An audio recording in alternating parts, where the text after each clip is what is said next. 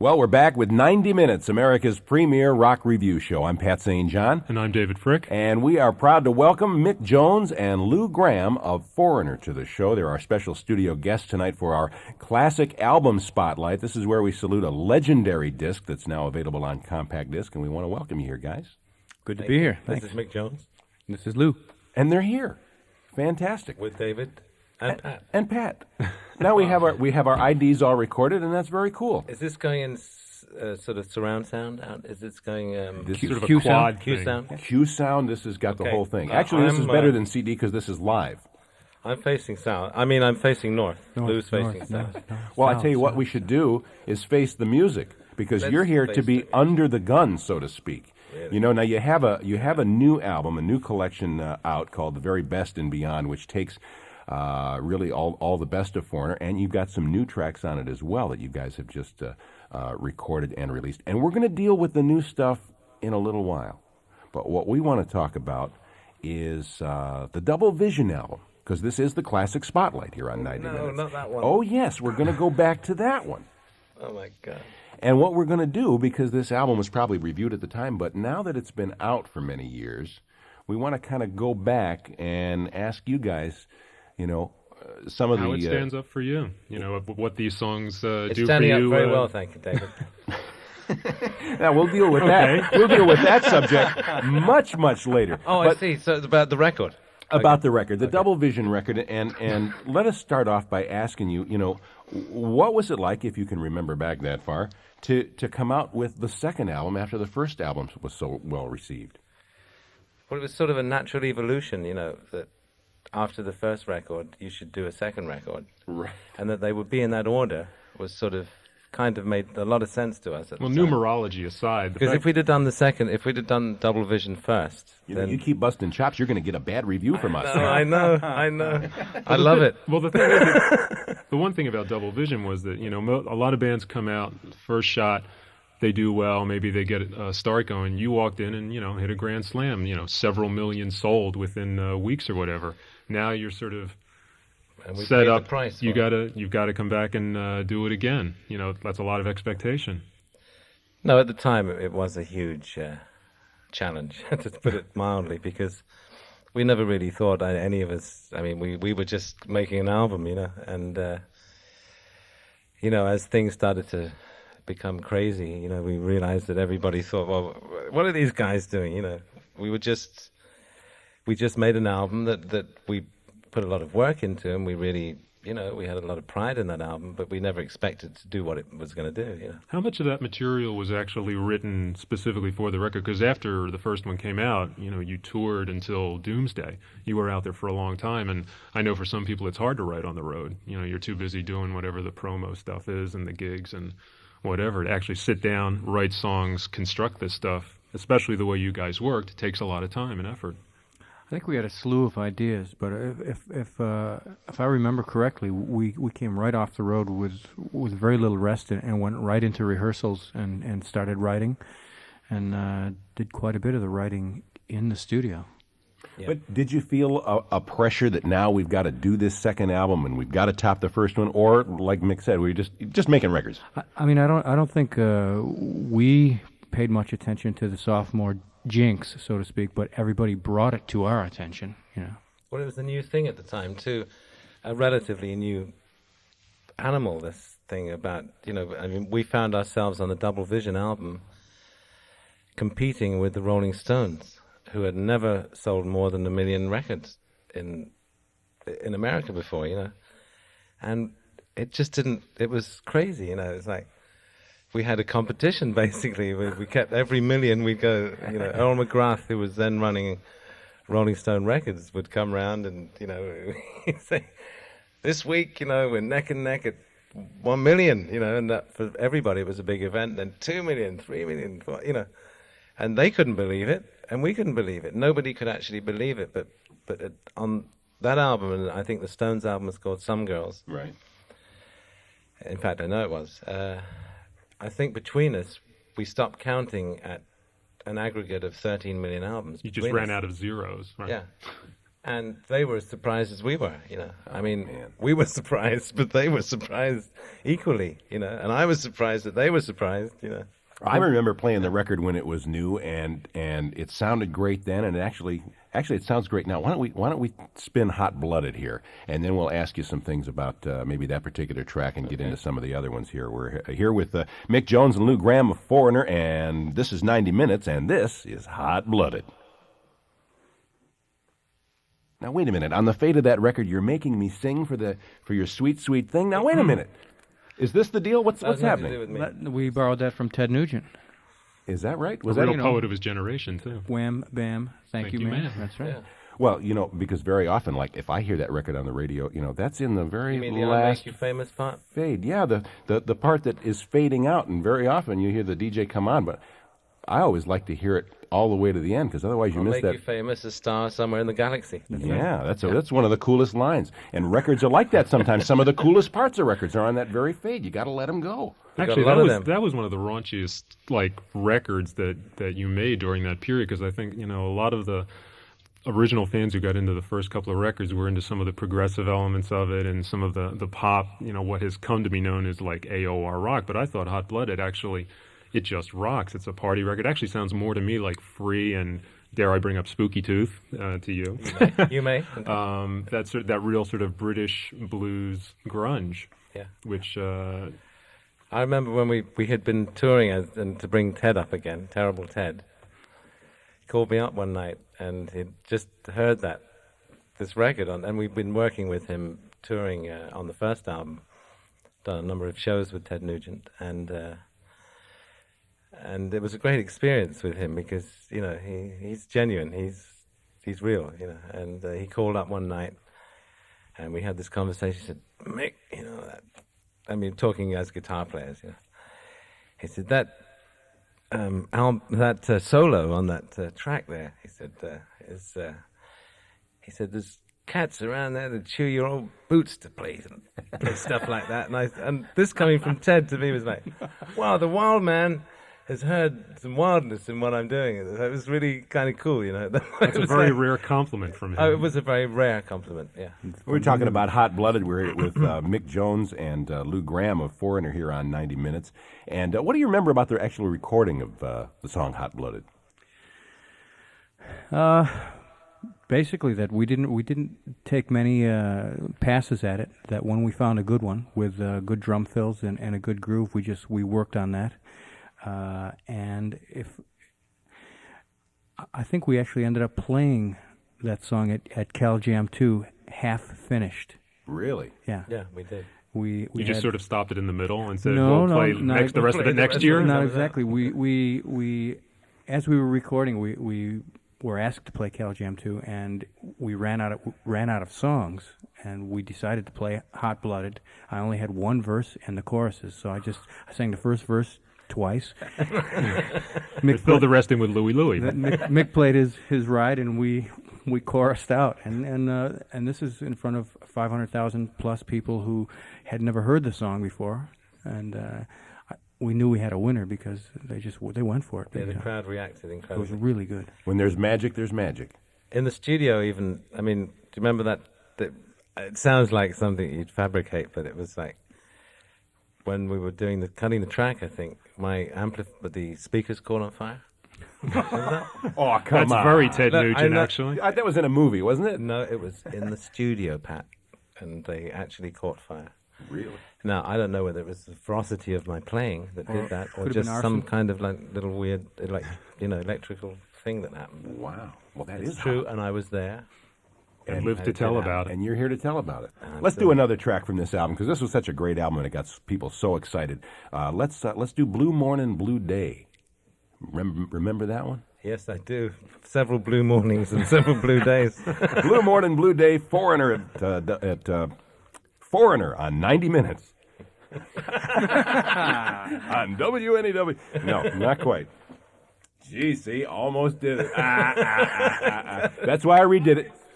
See, even I the know you- most seasoned professionals, I know you can. I'm glad. Yes. You don't know I'm- how good you made us feel there, Pat. You're human. Well, All right. Hey, come on. All right. Hi, this is Mick Jones. I always listen to. Home of rock and roll. Okay. We dig it. We have. All right, good. All right, we're still rolling? Blue morning, blue day, Foreigner here on 90 Minutes. I'm Pat St. John along with David Frick and our guests. Mick Jones and Lou Gramm, a foreigner. And actually, I have a question about the record. Was there much in the way of extra material? Like, how prolific as songwriters were you? Because obviously you spent a lot of work in getting these things right. Did you have a lot of leftovers? Were there outtakes? Is there stuff that could have been added to the CD reissue that is still gathering dust somewhere? I don't think we had much on the early albums. We were kind of scratching to put things together. Yeah, I think Just so. because of the time elements and the constraints? Yes, that, and I guess we were, when we got the kernels of all these songs together, we sort of like started to. Trouble, that's what you are. Yeah. Trouble when you drive my car. That's trouble. Trouble. That's from Double Vision. Yeah. Almost. Which your friend, I believe, Ian Lloyd, at the time used to. I think it was you, Pat, at PLJ. Ian Lloyd, who used to sing on all our records, background vocals. Oh, yeah. Yeah. Sure. Yeah. Wow. Sure. Remember? Yeah. Used to, he actually he covered that song, which was an outtake. So for all those aficionados out there, there is a version of that song by Ian Lloyd called Trouble, which was something we never got around to doing or finalizing. Well, having gotten a really good sound and a very successful start, did you find it hard to try not to get into a formula thing, that to write songs that were in that style but were distinctive enough that they didn't feel like the first time, they didn't sound like Long Way From Home? To actually sort of give it that extra bit of life. But I think what happened was that formula developed around what not just us, but what other people were doing, which became which was successful, and people then developed formulas. We never really have had a formula. I mean, when we got back together, it was great seeing each other again and thinking, well, yeah, we've got something together, But what is it? Until you get in there, we have never actually, I believe, relied on any kind of formula, because I don't think we know what that formula is, Well, the thing is, a lot of critics used to, get into bands like Foreigner in Boston, saying, critics. it's very critics. Yeah. It's formula, it's AOR, it's not punk, it's not real rock and roll. But the fact is, I think a lot of people that used to put you down actually got off on a lot of your songs. I Want to Know What Love Is, Hot Blooded, Double Vision. Those are songs that actually, I think a lot of bands now, the Nirvanas and the Soundgardens, whatever, they were growing up on that stuff in high school. Yeah. And actually, a lot of that really informs what they do. They probably wouldn't want to admit it, but I think it's actually true. That was part of that high school slacker vibe, sitting around in the 7-Elevens and smoking. Yeah, but listening to Foreigner records and Boston records. But isn't it funny how you did... That's a very important cultural thing. Well, I know. Does that mean we're becoming like Roots? Sort of a Muddy Waters type Lester Bangs, vibe here. I remember, to name one journalist, used to be, apparently used to sort of have Saturday night parties where he'd suddenly burst out with air guitar performances of Hot Blooded, at like midnight. That's real closet. critics lore.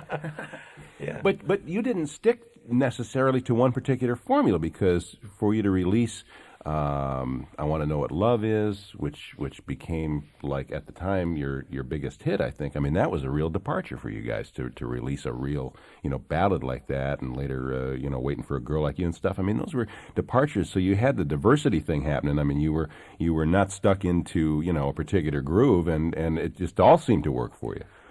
I think as we actually had a few albums under our belt, we made it a point not to do what we had done in the past. We didn't want to redo the same song in the same format. We were real conscious of that, always. You can't stay stuck in the past. You got to keep making new records, and I'm glad you're back doing that again. It's very cool, even though we're talking about the old thing. I tell you what, before we get to the new thing, let's do one track, because we've been talking about Double Vision. So let's hear it. Let's hear it. Double Vision here at 90 Minutes. Never do more than I really need. Double Vision, that's Foreigner here on 90 Minutes, and our guests in the studio, Lou Gramm and Mick Jones of... Sorry, we gotta get a clean back cell. Oh, we'll get that again. Oh, that was so good! Yeah, that was really good. Can we do that again? Never do more. I like that. Yeah, I like that. All right. Never do more than I really need. Double Vision. That's Foreigner here on 90 Minutes. Is Pat St. John along with David Frick and our guests, Foreigner, Mick Jones, and Lou Gramm. And so there we go. We're talking about the old album. You got nothing but fond memories of the old days before we start talking about the new days? Oh, they were fun, all right. Yeah. I mean, it's really, I think we both lived through an experience that neither of us was quite prepared to encounter, you know. I mean, it was really kind of beyond our wildest dreams at one point. Yeah, I mean, it was just started to become silly. And we got carried away with it too, I guess, because We ran with it. It was good. it was a lot of fun. Yeah, it was. But are you impressed that the album Double Vision, as well as the rest of your albums, have continued to be a staple of rock radio, and you still turn on the radio and you're still there? I am, because when I listen back to it, I think, gosh, that was what we were doing then. And if anything, there's a certain naivety about that album in some of the less predominant tracks, you know. Because it was actually still early days. You were Yeah. still sort of feeling your way. And when I listen back to it, it's almost like, God, you can hear sort of things that were sort of quite Mistakes. Well, yeah, mistakes, anything, you know, just innocence in a way, naivety, which I think must have played a part in that album, because it wasn't as prepared as the first album. No, it wasn't. It was certainly searching for things. It was a searching sort of album, you know, wondering what we were going to do, and along with that came a certain naive approach to it, I think, where we wanted to do something real, and we were searching for that, you know. So that to me came through. I've only listened to it. It's very hard to listen and sit down and listen. It has to be a special situation if you sit down and listen to what you've done at that time before, you know. Well, what kind of a situation do you need to be in to listen to one of your own records, like an early one like Double Vision? David, you know. Come on. Come on. Well, now listen, you have You have to taken- be in a certain frame of mind. Is that what you're? I Okay. guess so. I think I get it. Oh, I feel that way about listening to records as well. do you hear a difference now? This new album, The Very Best and Beyond, takes a lot of the best and beyond. I mean, that perfectly describes it. But is it? Did you actually? Were you in the process of remastering these themselves, or were you in on the process of choosing the tracks on this album, or how did this album come out, and how did you guys get back together to record some new songs? Well, it started off a bit, you know, it wasn't quite clear what, I mean, I was going ahead doing what I was doing, Lou was doing what he was doing, and things weren't quite clear. They had released an album of the best of Foreigner internationally, the very best of Foreigner, which, you know, was getting a great reception around the world, and doing very well, actually, doing better than some of the American folk heroes were doing around the world. I won't mention any names, but and it sort of, I think it sort of reminded us of what, you know, Lou was one side of the country, I was the other side of the country. It sort of somehow reminded us of what we had together, you know. And Who made the first phone call? Lou or Mick? Or was it somebody else? I think it was somebody else, wasn't it? yeah, it was one of the Kevins, I think. There's two mysterious Kevins. Two mysterious Kevins. One of the involved two in made the this. call. Yeah. Yeah, I mean, it could have been just taking a few of the songs, outtakes, and fixing them up and slotting them in on this best of. But upon, you know, some soul searching and some very lengthy conversations, which we had a lot of laughs, Yeah. and reflected on some of the same things we're talking about right here. Yeah. You know, we thought that it might be interesting to write some new songs, see if that chemistry was still there, and take this baby around the block. Was Soul Doctor the first product of this tentative start, or? Actually, Mick had a bunch of ideas. I had a bunch of ideas. Soul Doctor was the first thing we put our own stuff aside and worked on together the way we used to. Yeah. Yeah. Because it actually rocks in that hot-blooded style. You know, it's a lot grungier, and it's got a little bit of dirt in You it. mean you like it, David? Yes, I like God. dirt. Well, it is a rocker here on 90 Minutes. Why don't we play the record, okay? Get some dirt in here. This is the new one. This is Soul Doctor. This is 90 Minutes, and that's the brand new record from Foreigner called Soul Doctor on the new album that is called The Very Best and Beyond. And David Frick and I are welcoming here again to the studio, and we've had a real good time with Mick Jones and Lou Gramm of Foreigner. That thing sounds great. Oh, thank you. And there's two more where that came from, too. There's two other more. songs. There's two more.